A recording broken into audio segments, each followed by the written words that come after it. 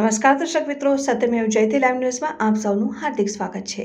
પૂર્વ કાઉન્સિલરના પુત્રની હત્યા બાદ સતત ત્રીજા દિવસે દબાણ હટાવવાની કામગીરી યથાવત। ન્યાય મંદિર વિસ્તારમાં દૂધવાડા મોહલ્લામાં હટાવ્યા દબાણો। કોર્પોરેશનની દબાણ શાખા, ટાઉન પ્લાનિંગ શાખા, વિવિધ પોલીસ મથકોના પીઆઈ અને સ્ટાફ સાથે દૂર કર્યા દબાણો દૂર કરવાની કામગીરીમાં લીના પાટીલ પણ જોડાયા। શહેરમાં કાયદો અને વ્યવસ્થાની સ્થિતિ જાળવવા ભરાઈ રહ્યા છે પગલાં। વિવિધ ગલીઓ અને સાયકલ બજારમાંથી પણ હટાવ્યા દબાણો।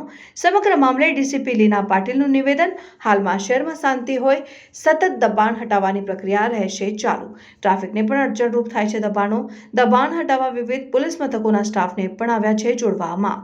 મોહલ્લામાં રહેતી મહિલાઓને પણ બહાર નહીં નીકળવા ડીસીપી લીના પાટીલની સૂચના। 4 ટ્રકથી વધુ સામાન કર્યો જપ્ત, હજુ વધી શકે છે માલ સામાન। દબાણ હટાવવાની કામગીરી દરમિયાન લોકોના ઉમટ્યા ટોળા।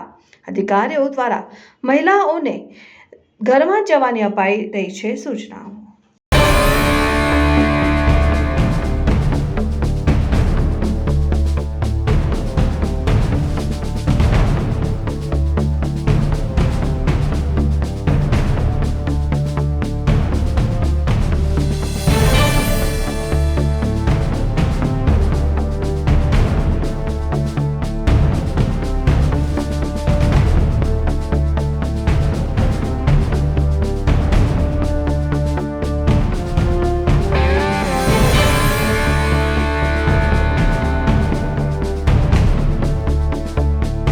આજે સવારથી કોર્પોરેશનની ટીમ સાથે પોલીસની ટીમ હાજર છે અને દૂધવાડા મહોલ્લા ખાતે જે ઇન્ટરનલ ગલીઓમાં અનધિકૃત રીતના લારીઓ લાગે છે એ બધાને જ હટાવવાની કામગીરી ચાલી રહી છે, જેમાં પોલીસના મોટો સ્ટાફ હાજર છે, સાથે સાથે કોર્પોરેશનની મલ્ટિપલ ટીમ્સ હાજર છે અને જે દબાણો છે એને હટાવવા માટે લારી ગલ્લા હટાવવાની કામગીરી ચાલી રહી છે, જેના કારણે ટ્રાફિકના પ્રશ્નો ઉપસ્થિત થતા હોય છે અને અસામાજિક તત્વોને જો દોર મળતો હોય એના કારણે આ આખી કાર્યવાહી થઈ રહી છે।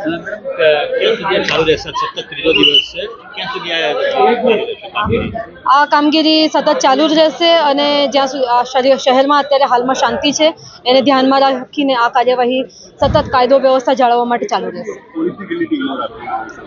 પોલીસની અમારી વાડી પોલીસ સ્ટેશનની ટીમ છે, પાણીગેટ પોલીસ સ્ટેશનની ટીમ છે, ઝોન 3ની LCBની ટીમ છે, આ મલ્ટિપલ ટીમ સાથે કામ થઈ રહ્યું છે।